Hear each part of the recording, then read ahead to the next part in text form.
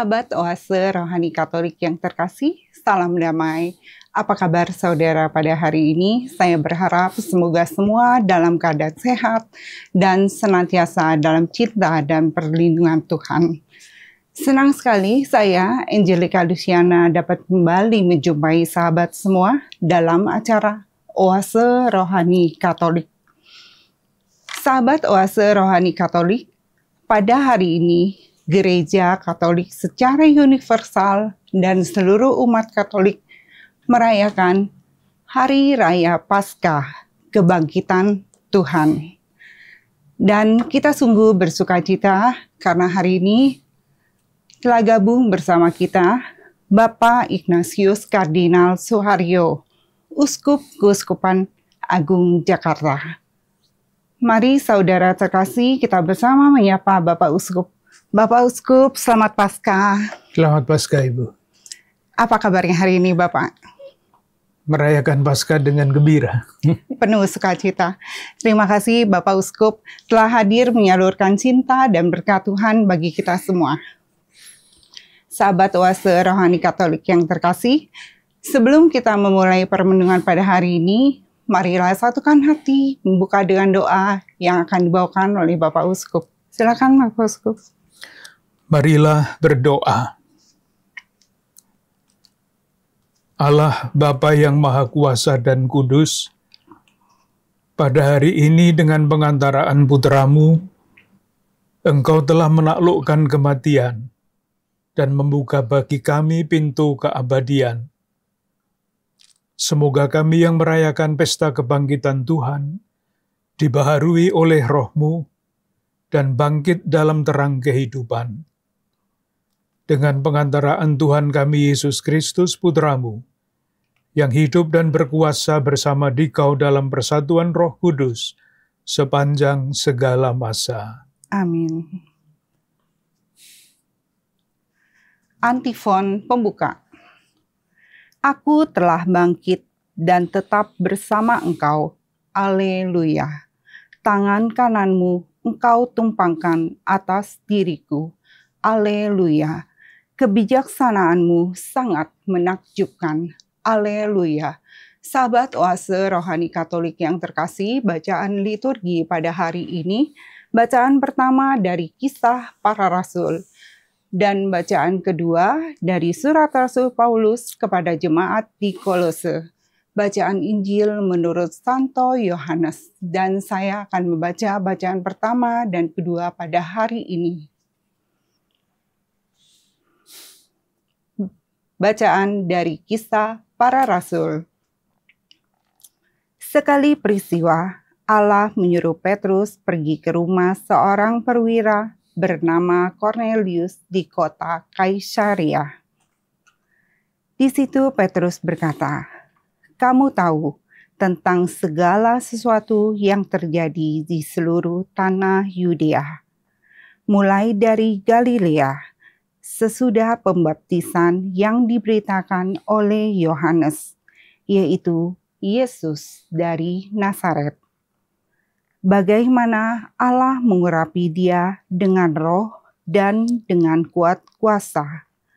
Yesus itulah yang berjalan berkeliling sambil berbuat baik, dan ia menyembuhkan semua orang yang dikuasai iblis, sebab Allah menyertai dia. Kami adalah saksi dari segala sesuatu yang dibuat Yesus di tanah Yudea maupun di Yerusalem. Dia telah dibunuh dan digantung pada kayu salib. Tetapi Allah telah membangkitkan dia pada hari ketiga, dan Allah berkenan bahwa ia menampakkan diri bukan kepada seluruh bangsa, tetapi kepada saksi-saksi yang sebelumnya ditunjuk oleh Allah, yaitu kami sendiri yang telah makan dan minum bersama dengan dia setelah ia bangkit dari antara orang mati. Dan Yesus telah menugaskan kami memberitakan kepada seluruh bangsa dan memberikan kesaksian bahwa dialah yang ditentukan Allah menjadi hakim atas orang hidup dan orang mati. Tentang dialah semua nabi bersaksi bahwa siapa saja yang percaya kepadanya, dia akan mendapat pengampunan oleh karena namanya. Demikianlah sabda Tuhan. Syukur kepada Allah. Mazmur tanggapan. Inilah hari yang dijadikan Tuhan, marilah kita bersorak-sorai dan bersukacita karenanya. Inilah hari yang dijadikan Tuhan, marilah kita bersorak-sorai dan bersukacita karenanya. Bersyukurlah kepada Tuhan sebab Ia baik, kekal abadi kasih setianya. Biarlah Israel berkata, kekal abadi kasih setianya. Inilah hari yang dijadikan Tuhan, marilah kita bersorak-sorai dan bersukacita karenanya. Tangan kanan Tuhan berkuasa meninggikan, tangan kanan Tuhan melakukan keperkasaan. Aku tidak akan mati tetapi hidup, dan aku akan menceritakan perbuatan-perbuatan Tuhan. Inilah hari yang dijadikan Tuhan, marilah kita bersorak-sorai dan bersukacita karenanya. Batu yang dibuang oleh tukang-tukang bangunan telah menjadi batu penjuru. Hal itu terjadi dari pihak Tuhan, suatu perbuatan ajaib di mata kita. Inilah hari yang dijadikan Tuhan, marilah kita bersorak-sorai dan bersukacita karenanya. Bacaan kedua. Bacaan dari surat Rasul Paulus kepada jemaat di Kolose. Saudara-saudara, kamu telah dibangkitkan bersama dengan Kristus. Maka carilah perkara yang di atas, di mana Kristus berada, duduk di sebelah kanan Allah. Pikirkanlah perkara yang di atas, bukan yang di bumi. Sebab kamu telah mati dan hidupmu tersembunyi bersama dengan Kristus dalam Allah. Kristuslah hidup kita. Apabila Ia menyatakan diri kelak, kamu pun akan menyatakan diri bersama dengan Dia dalam kemuliaan. Demikianlah sabda Tuhan. Syukur kepada Allah. Sahabat Oase Rohani Katolik yang terkasih, sekarang marilah kita mendengarkan bacaan Injil. Haleluya, haleluya, haleluya. Haleluya, haleluya, haleluya. Anak domba Paskah kita yaitu Kristus telah disembelih. Karena itu marilah kita berpesta dalam Tuhan. Haleluya, haleluya, haleluya. Tuhan bersamamu. Dan bersama rohmu. Inilah Injil suci menurut Yohanes. Dimuliakanlah Tuhan. Pada hari pertama pekan itu, pagi-pagi benar, ketika hari masih gelap, pergilah Maria Magdalena ke kubur Yesus. Dan ia melihat bahwa penutupnya telah diambil dari kubur. Ia berlari-lari mendapatkan Simon Petrus dan murid yang lain yang dikasihi Yesus. Ia berkata kepada mereka, "Tuhan telah diambil orang dari kuburnya, dan kami tidak tahu di mana ia diletakkan." Lalu berangkatlah Petrus dan murid yang lain itu ke kubur. Keduanya berlari bersama-sama, tetapi murid yang lain itu berlari lebih cepat daripada Petrus, sehingga ia lebih dahulu sampai di kubur. Ia menjenguk ke dalam dan melihat kain kafan terletak di tanah. Akan tetapi ia tidak masuk ke dalam. Kemudian tibalah juga Simon Petrus menyusul dia dan masuk ke dalam kubur itu. Ia melihat kain kafan terletak di tanah, sedang kain peluh yang tadinya ada di kepala Yesus tidak terletak dekat kain kafan itu, tetapi agak di samping. di tempat yang lain dan sudah tergulung. Maka masuklah juga murid yang lain yang lebih dahulu sampai ke kubur itu. Ia melihatnya dan percaya. Sebab selama itu mereka belum mengerti isi kitab suci yang mengatakan bahwa ia harus bangkit dari antara orang mati. Demikianlah Injil Tuhan. Terpujilah Kristus. Bapak Uskup, dari bacaan Paskah pada hari ini, ada hikmat dan sukacita Pak bagi saya dan sahabat. Hikmahnya banyak sekali, Ibu. Benar. Sukacitanya juga sangat banyak. Sangat banyak. Tapi mungkin pesan yang paling penting bagi kita, dengan merayakan Paskah, kita sebetulnya dituntut, atau kalau lebih ringan, diundang untuk menjadi manusia Paskah. Manusia Paskah. Iya. Seperti apa Bapak Uskup manusia Paskah? Ya, tergantung jawabannya bisa diambil dari mana-mana.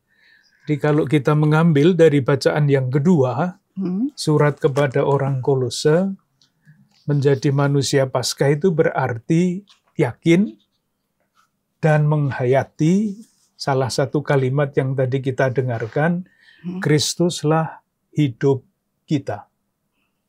Itu menjadi manusia Paskah. Karena Kristus sudah mengalami Paskah, kita hidup di dalam Kristus, atau Kristus hidup di dalam kita, maka kita menjadi manusia Paskah. Dan kegembiraan itu, kegembiraan yang sejati, ya asalnya dari situ. Tidak dari tempat yang lain. Saya mungkin ini hanya pendapat saya, Ibu ya. Ibu tadi menggunakan kata sukacita kan? Iya. Di dalam bahasa Indonesia kan ada 3 kata yang mirip-mirip. Senang. Senang. Gembira. Bahagia. Enggak. Yang Ibu pakai tadi, sukacita. Sukacita. Senang, bahagia, sukacita. Bedanya apa itu? Harus dicari tidak di dalam kamus bahasa Indonesia. Tetapi mungkin, sekali lagi ini pendapat saya, bukan ajaran gereja. Manusia itu kan terdiri dari tubuh, jiwa, dan roh. Tubuh kita senang. Jiwa kita gembira. Roh kita bersukacita. Sukacita. Maka kalau saya menggunakan 3 kata yang berbeda-beda itu, memang maksudnya berbeda. Tidak sama saja. Biasanya orang menggunakannya sama saja, senang sama dengan sukacita. Iya. Saya mengatakannya tidak. Maka di dalam kitab suci tidak pernah dipakai kata senang. Tapi pakai kata sukacita, sukacita. ya. Karena sukacita itu sumbernya adalah iman.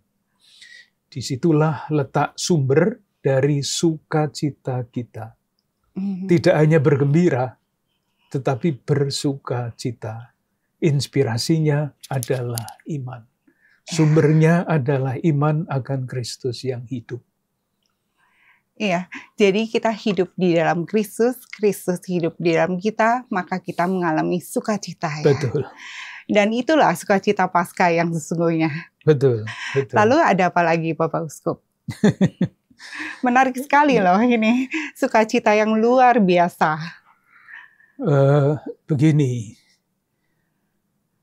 kalau kita hidup di dalam Kristus, dan Kristus hidup di dalam kita menjadi manusia Paskah. Iya. Itu kan konsep. Nah, konsep itu baru menjadi hidup yang sejati kalau kelihatan indikatornya.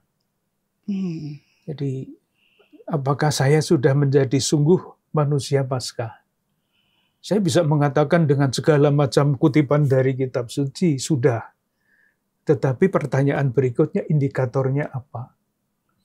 Indikator yang utama ketika kita yakin bahwa kita itu adalah manusia Paskah adalah pembaruan hidup, pembalikan hidup. Dan itu sangat jelas di dalam lambang-lambang yang melekat pada perayaan Paskah, khususnya ketika malam Paskah. Jadi Sabtu malam. Figli, ya. Ya. Itu jelas sekali, simboliknya sangat jelas. Jadi misalnya, rangkaian bacaannya kan banyak itu ya. Betul. Salah satu yang wajib dibacakan adalah Kitab Keluaran. Itu kan kisah umat Allah Perjanjian Lama yang tadinya ada di dalam perbudakan, dibawa menuju tanah yang terjanji, tanah yang merdeka.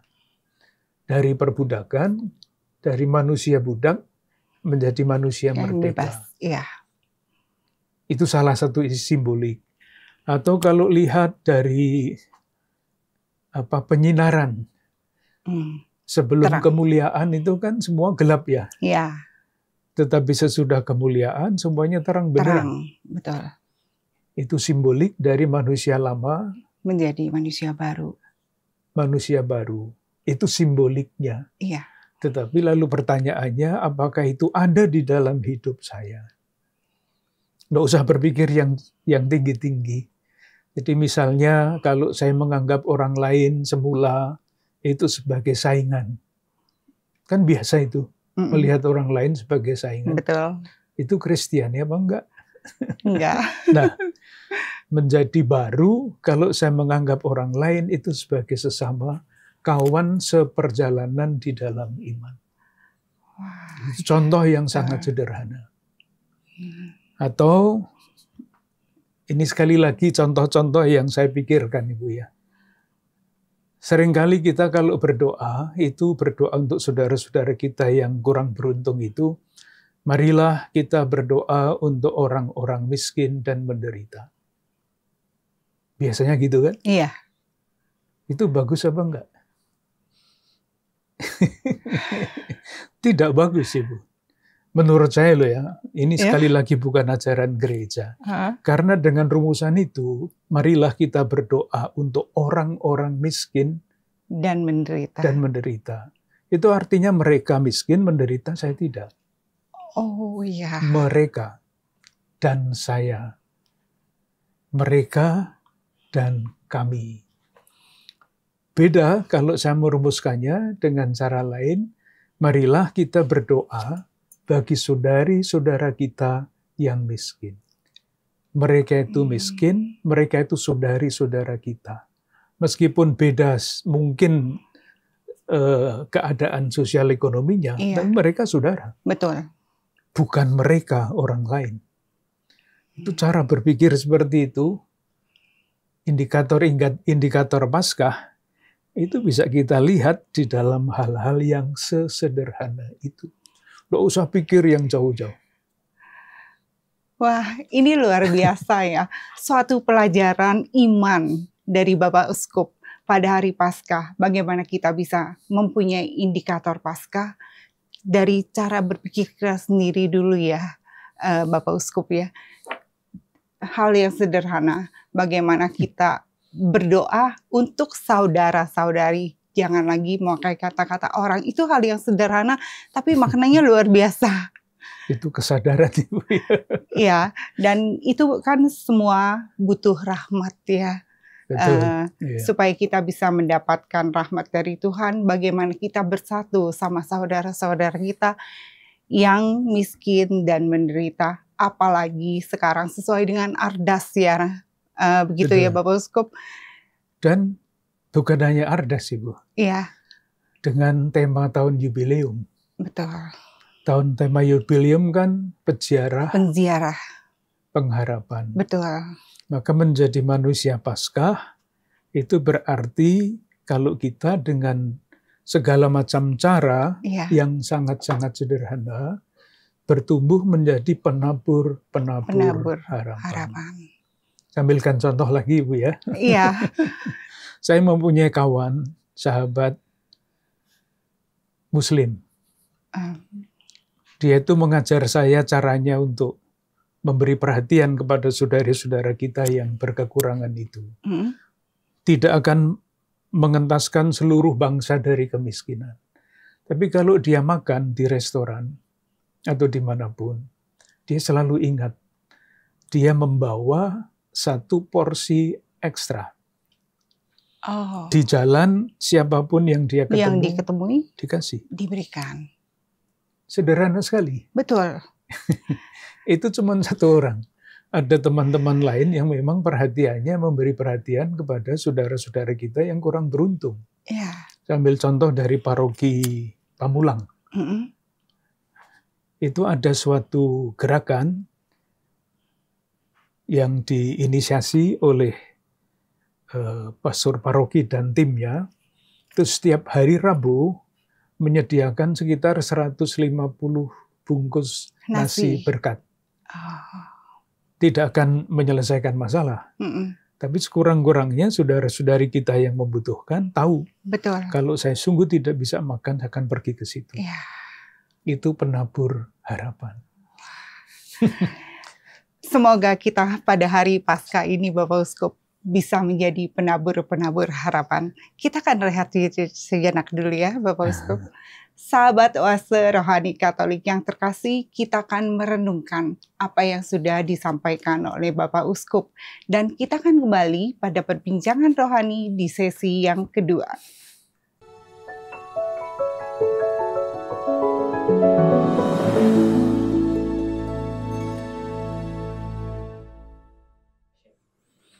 Sahabat Oase Rohani Katolik yang terkasih, salam damai. Kembali lagi bersama Bapak Ignatius Kardinal Suharyo dan saya, Angelica Luciana. Anda masih menyimak Oase Rohani Katolik. Bapak Uskup, kita kembali lagi di Dialog Iman yang sesi yang kedua. Kalau dalam implementasi kehidupan beriman, bagaimana bisa menumbuhkan Kristus yang udah bangkit di dalam hidup kita, dalam perjalanan pesiaran kita? Saya berpikir begini, Ibu ya, sebelum sampai kepada hal-hal yang praktis, nanti akan kembali pada akhirnya. Ya. Saya merasa yang pertama-tama, kita itu harus bersyukur. Pasti. Bersyukur atas anugerah iman. Bersyukur atas anugerah iman. Karena seolah-olah kalau kita merayakan Paskah kan dengan sendirinya, kita ya Paskah itu memang harus kita rayakan. Tapi pertanyaannya, bagaimana iman akan Kristus yang bangkit itu berkembang di dalam sejarah gereja. Ya. Karena tidak tiba-tiba saya percaya kepada Kristus yang bangkit, enggak tiba-tiba itu. Betul. Nah, itulah yang saya kira baik untuk kita perhatikan. Pertama, kita bersyukur atas iman yang dianugerahkan kepada kita. Iya. Kristus yang bangkit adalah jalan, kebenaran, dan hidup. Dan bagaimana iman akan Kristus yang bangkit itu bertumbuh, berkembang, sejauh dapat kita lihat di dalam kitab suci, khususnya Injil Yohanes. Ini lebih pengetahuan daripada tantangan untuk beraksi. Nanti kita lihat pada akhirnya. Jadi kalau kita membaca kutipan yang tadi kita dengarkan, yaitu kisah kebangkitan Yesus dan penampakannya atau apa yang dilakukan oleh Maria Magdalena yang pergi ke makam. Dia melihat ke makam, batu yang menutup kubur sudah tidak ada. Kesimpulannya apa? Dia mengatakan di sini, Tuhan telah diambil orang dari kuburnya, dan kami tidak tahu di mana ia diletakkan. Bab 20 ayat 2. Iya. Itu percaya apa enggak? Enggak percaya. Pasti tidak. Iya. Pasti tidak ada kepercayaan. Yesus dicuri, sudah selesai. Tetapi kemudian ia lapor kepada Petrus dan Yohanes. Mereka berdua datang ke kubur, Petrus datang duluan melihat, sampai percaya apa enggak? Enggak juga. Enggak juga. Betul. Meskipun masuk ke makam, Yesus tidak ada di situ. Betul. Tapi dia tidak percaya bahwa Kristus bangkit.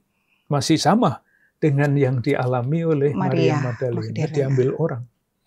Baru kemudian murid yang lain, ayat 8, maka masuklah juga murid yang lain yang lebih dahulu sampai di kubur itu, dan ia melihatnya dan percaya. Jadi antara Yesus dicuri dan percaya bahwa Yesus bangkit itu ada jarak yang sangat jauh. Iya. Dan alasannya apa? Kok sampai murid yang lain ini percaya? Jawabannya bukan karena ia melihat makam kosong. Nah, kalimat berikutnya mengatakan ayat 9, sebab selama itu mereka belum mengerti isi kitab suci yang mengatakan bahwa ia harus bangkit dari antara orang mati. Jadi kalau Yohanes, katakanlah Yohanes yang mudahnya ya, ini sampai percaya, itu bukan karena dia melihat makamnya sudah kosong, Yesus tidak di situ lagi. Iya. Itu bukan sumber kepercayaan. Sumber kepercayaan ayat 9, sebab selama itu mereka belum mengerti isi kitab suci. Nah, karena dia tahu mengerti isi kitab suci, Baru percaya. baru percaya. Dan kitab suci tidak membuktikan apa-apa. Betul. Kitab suci menubuatkan. Dan karena dia tahu kitab suci, maka dia mengerti, oh makam kosong bukan karena Yesus dicuri orang, tetapi karena ia bangkit. Nah, perjalanan ini yang moga-moga nanti akan kita lihat ya, dari yang tidak percaya sampai kepada percaya. Mungkin baik kalau kita lihat perkembangan itu. Nah, dalam perkembangan ini dari tidak percaya sampai percaya, yang namanya kisah-kisah kebangkitan ini mempunyai fungsinya. Bahwa Yesus sungguh bangkit, kalau Yohanes percaya, karena ia tahu kitab suci. Ya. Yang lain-lain tahu kitab suci apa enggak? Tidak bisa diandaikan. Maka yang namanya kisah-kisah penampakan Yesus, yang sangat hidup di sini, menjadi sangat penting di dalam perkembangan iman itu. Contohnya di mana? Misalnya pada bab 20, ayat 19 sampai 23. Saya baca ayat 20, ayat berapa ini? Ayat 20. Bab 20 ayat 20. Dan sesudah berkata demikian, ia menunjukkan tangannya dan lambungnya kepada mereka. Ya, kalau ditunjukkan tangannya dan lambungnya kan pasti dia bangkit. Iya. Oh. Ini bukti bahwa Yesus bangkit. Apakah mereka sungguh-sungguh melihat fisik Yesus seperti itu soal lain. Betul. Ini kisah untuk membantu orang-orang yang belum percaya. Ini loh, Yesus itu sungguh-sungguh menampakkan tangan dan lambungnya. Jadi pasti dia bangkit. Kesimpulannya itu. Atau Thomas pasti sangat dikenal ya. Betul. Itu bab 20 ayat 25. Thomas berkata begini, sebelum aku melihat bekas paku pada tangannya, dan sebelum aku mencucukkan jarinya ke dalam bekas paku itu, dan mencucukkan tanganku ke dalam lambungnya, sekali-kali aku tidak akan percaya. Betul. Lihat, itu mentalitas orang zaman itu. Iya. Maka kepada Thomas, wakil orang yang tidak percaya, Yesus menampakkan diri pada ayat 27. Kemudian ia berkata kepada Thomas, taruhlah jarimu di sini, lihatlah tanganku, ulurkanlah tanganmu dan cucukkan ke dalam lambungku, dan jangan engkau tidak percaya lagi. Thomas percaya kalau melihat dan menyentuh. Mencucukkan. Ya. Hanya yang terakhir, kalimat yang terakhir itu bunyinya begini, Ibu. Berbahagialah mereka yang tidak melihat, namun percaya. Jadi masalahnya bagi kita, apakah kita melihat Yesus bangkit itu tidak penting. Yang penting kita percaya akan Kristus yang bangkit karena kitab suci. Betul. Intinya, yang tadi itu kan sangat material ya, mencucukkan tangannya di tangan, di lambung, di kaki. Tetapi intinya adalah kepercayaan bahwa Yesus itu Tuhan. Yesus itu bangkit. Saya tunjukkan teksnya. Bab 20, ayat 18.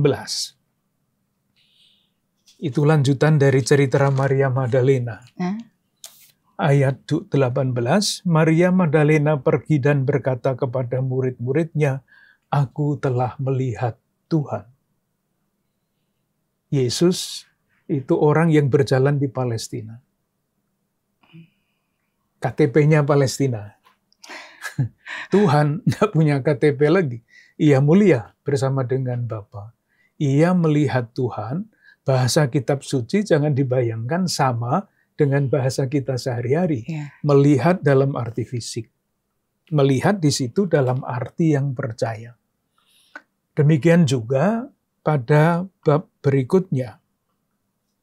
Yaitu pada bab 21 ayat bab 20 ayat 20. Itu murid-murid. Dan sesudah berkata demikian, ia menunjukkan tangannya dan lambungnya kepada mereka. Murid-murid itu bersukacita, ingat yang tadi ya, bukan bersenang-senang, bersukacita. Bersukacita ketika mereka melihat Tuhan. Kata lagi, Tuhan. Tuhan itu tidak bisa dilihat. Melihat Tuhan artinya mati. Jadi jangan cepat-cepat ingin melihat Tuhan. Berbahaya.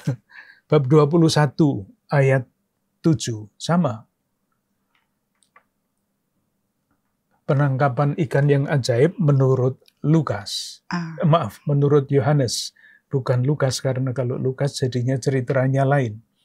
Ayat 7. Maka murid yang dikasih Yesus itu berkata kepada Petrus, "Itu Tuhan." Itulah yang namanya kepercayaan.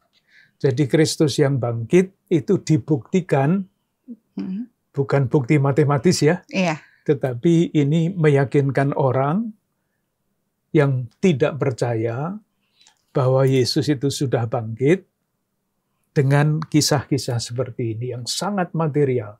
Tangannya disentuh, lambungnya disentuh.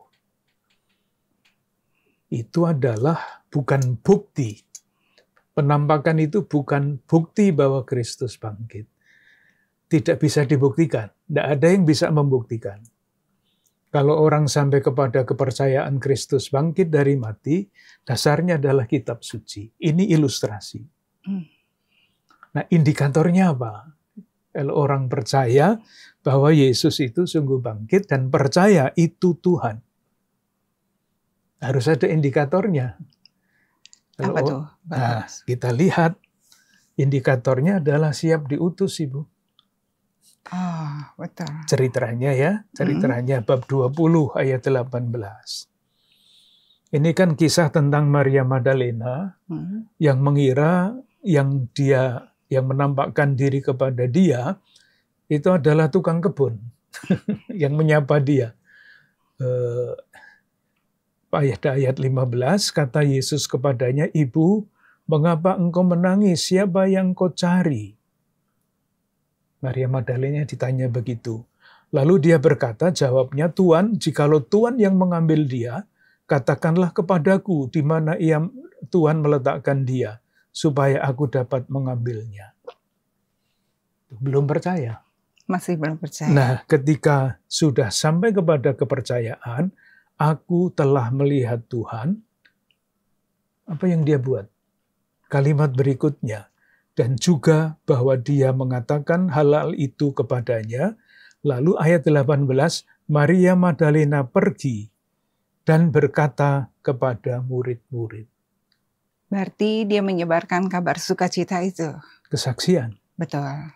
Jadi dengan sendirinya, kalau orang sampai sungguh mengalami Yesus itu Tuhan, dia akan didorong untuk memberi kesaksian dengan cara apapun. Nah, nanti soal kesaksian itu yang tadi saya sebut sebagai indikator-indikator, Ibu ya.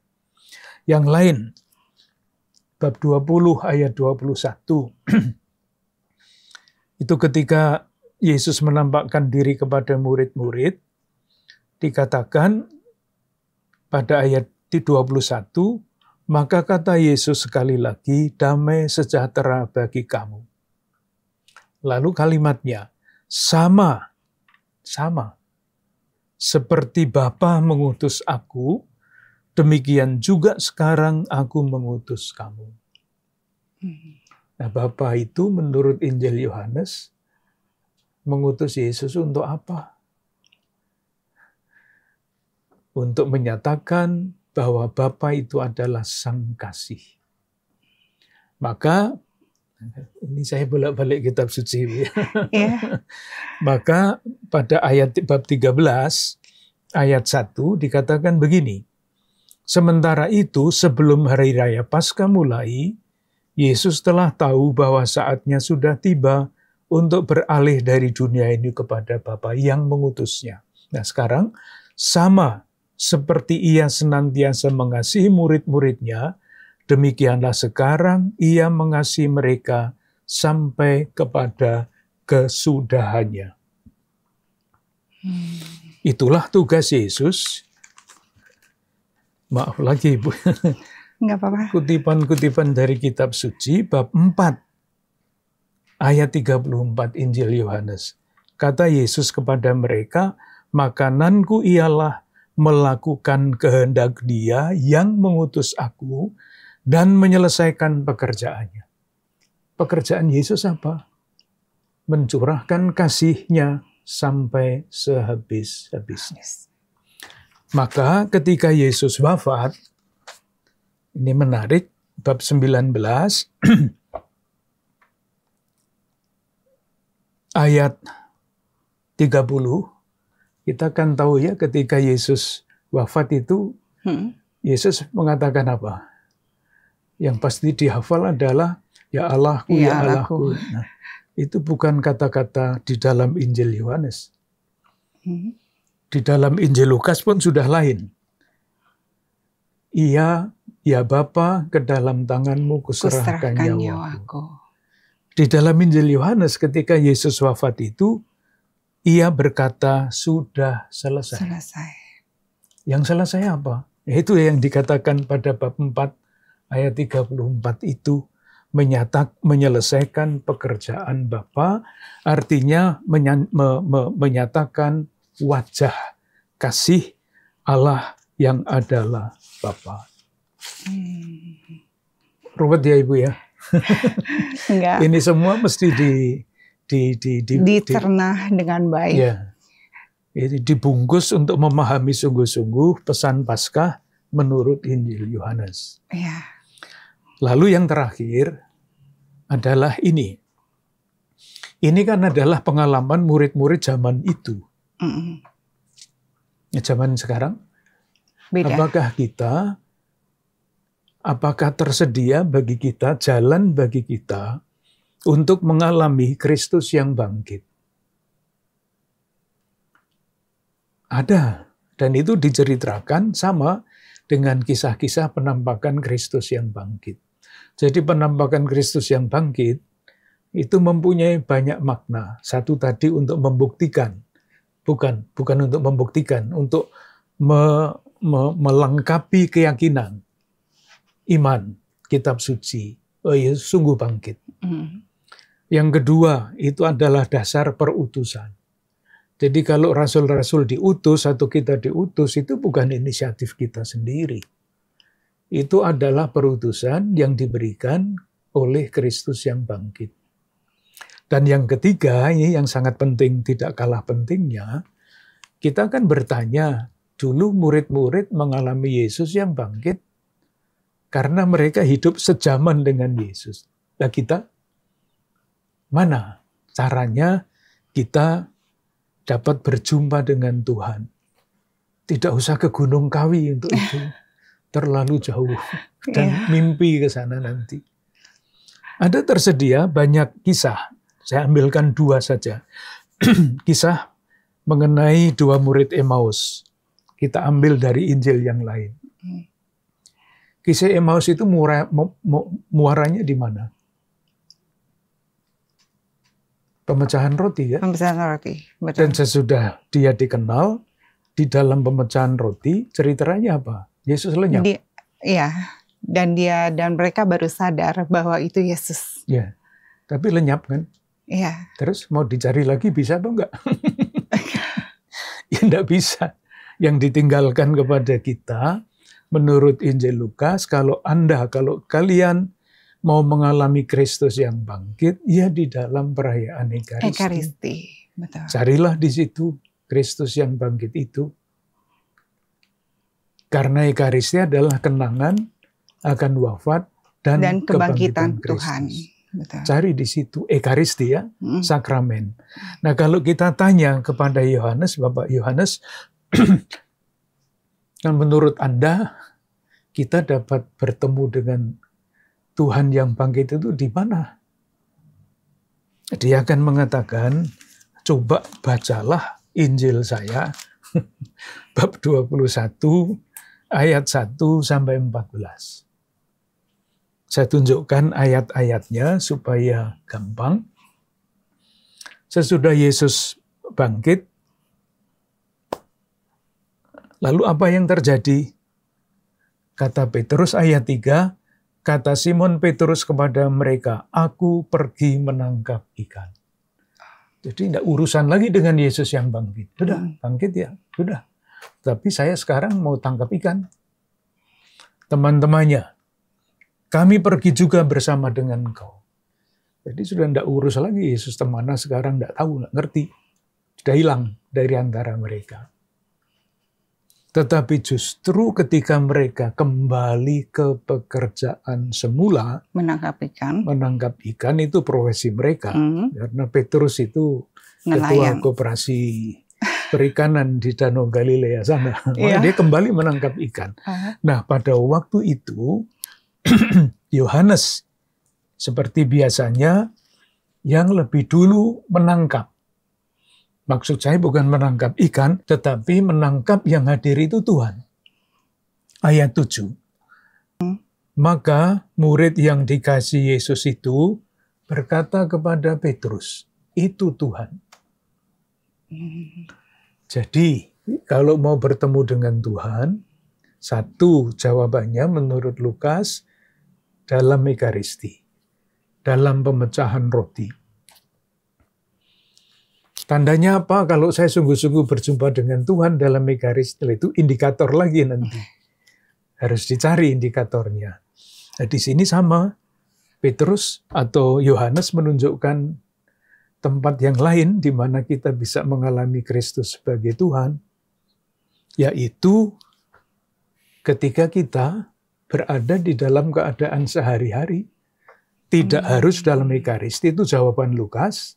Jawaban Yohanes, silahkan temukan Tuhan di dalam pekerjaan sehari-hari, dalam profesi Anda. Petrus menemukan Tuhan sebagai penangkap ikan. Nah, kita yang profesinya macam-macam ini, menemukan Tuhan yang bangkit di mana? Seharusnya, menurut Yohanes, di dalam pekerjaan kita. Indikatornya apa? Itu pertanyaan lain yang harus dijawab. Dan itu buat permenungan kita bersama ya. Bisa kita lanjutkan kalau mau Ibu. Silakan. Iya, jadi misalnya ya, di dalam kalau kita merasa lo ya, menemukan Tuhan, berjumpa dengan Tuhan yang bangkit dalam Ekaristi. Mungkin doa kita sangat kusuk, baik. Doa kita bermacam-macam. Pertanyaannya, indikatornya apa yang konkret yang bisa kita lihat? Yang bisa kita lihat, ya kalau kita semakin menjadi pribadi Ekaristi. Tadi di depan saya mengatakan manusia Paskah. Sekarang saya menggunakan istilah lain. Kalau kita berjumpa dengan Kristus Tuhan yang bangkit dalam Ekaristi, indikatornya adalah kita menjadi pribadi yang semakin ekaristis. Artinya apa? Seperti roti Ekaristi. Ada 4 kata Ibu ya. Kalau yang setiap kali diulangi oleh imam kalau merayakan Ekaristi, mengambil roti, memberkati, memecah-mecahkan, membagikan. Manusia Ekaristi itu ya ini, 4 ini semakin tidak pernah sempurna manusia. Jadi kalau saya sadar bahwa saya ini adalah pribadi yang diambil, dipanggil oleh Tuhan. tidak kebetulan saya itu ada. Betul. Saya itu dipilih oleh Tuhan. Oleh Tuhan, jadi bukan saya tidak berkuasa atas diri saya sendiri. Tidak menjadi tuan atas diri saya sendiri. Itu kesadaran yang paling fundamental untuk orang yang percaya. Nah, ketika saya sadar bahwa saya ini dipanggil, saya yakin juga bahwa saya ini diberkati. Tidak dipanggil lalu didiamkan saja. Betul. Tapi diberkati. Tapi tidak berhenti sampai di situ. Masih ada rangkaiannya. Diberkati untuk apa? Supaya saya siap untuk dipecah-pecah. Lah ini yang paling tidak enak. Supaya kalau kita rela dipecah-pecah, kita itu siap untuk dibagi-bagikan. Itu manusia egoistis. Memecah itu bukan hanya mecah roti lalu selesai, tapi hidup kita dipecah-pecah. Artinya seperti tadi misalnya ya, kalau teman saya yang tadi saya memberi contoh, dia makan enak-enak di restoran, sisanya dibuang-buang, disisa-sisakan, dia mesti ingat, ini ada saudara-saudari kita, sekian banyak yang tidak bisa makan. Jadi matanya jangan lebih besar daripada perutnya. Betul. Nanti tinggal yang sisa dimakan, tidak enak, dibuang. Itu rela dipecah-pecah. Supaya yang seharusnya yang dia sisa-sisakan itu, kalau tidak disisakan, itu bisa dibagikan kepada orang lain. Misalnya seperti itu. Atau di Keuskupan Agung Jakarta ini dikenal dulu ya, dengan istilah silih ekologis. Saya kemarin minggu yang lalu itu naik kereta api dari Jakarta ke Jogja. Saya baru melihat itu di tiket, sebelumnya tidak ada. Itu menarik sekali Ibu ya.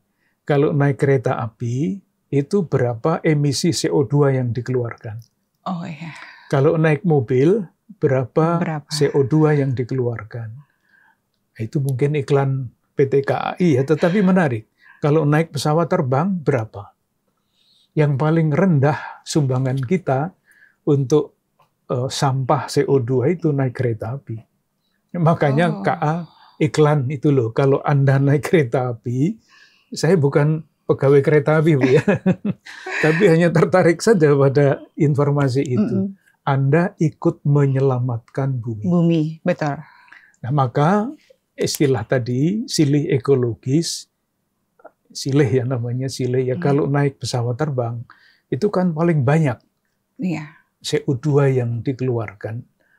Pada waktu itu sekitar 5-6 tahun yang lalu di Keuskupan Agung Jakarta dikenal yang namanya silih ekologis.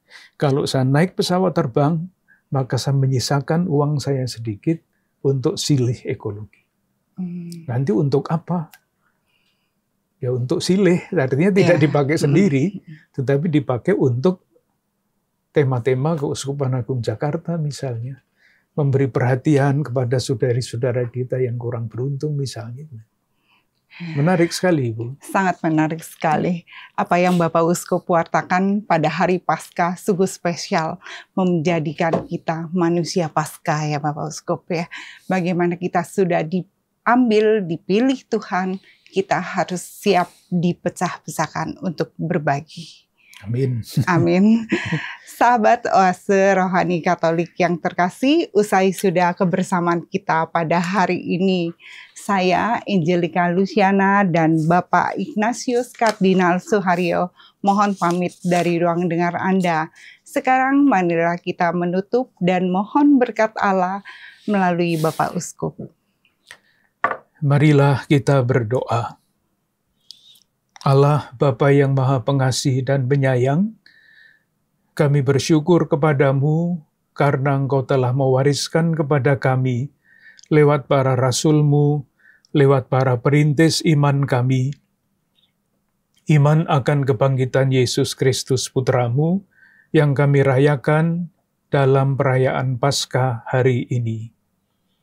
Semoga rahmat-Mu selalu mendorong kami dan menyadarkan kami bahwa dengan kepercayaan kami akan Kristus yang bangkit, kami Kau undang untuk menjadi manusia-manusia Paskah. Semoga pengalaman ini menjadi kekuatan bagi kami untuk terus berjalan dengan segala macam tantangannya, menapaki peziarah hidup kami sebagai peziarah pengharapan. Memupuk harapan kami sendiri bertumbuh menjadi manusia Paskah dan menjadi penabur-penabur pengharapan bagi sesama kami demi kebahagiaan bersama dan demi kemuliaan nama-Mu. Dengan pengantaraan Yesus Kristus Tuhan kami, yang bersama Diko dan Roh Kudus, setia menyertai kami kini dan sepanjang masa. Amin. Marilah kita akhiri kebersamaan kita dengan mohon berkat Tuhan. Semoga kita sekalian, keluarga-keluarga dan komunitas kita, saudari-saudara kita khususnya yang tidak mempunyai seorang pun yang memperhatikan dan mendoakan, selalu Kau jaga, Kau lindungi, dan Kau limpahi berkat dalam nama Bapa dan Putera dan Roh Kudus. Amin. Amin. Semoga kita semua dapat menjadi garam dan terang kasih Tuhan. Selamat Paskah untuk semuanya. Selamat Paskah untuk Bapak Uskup. Terima kasih.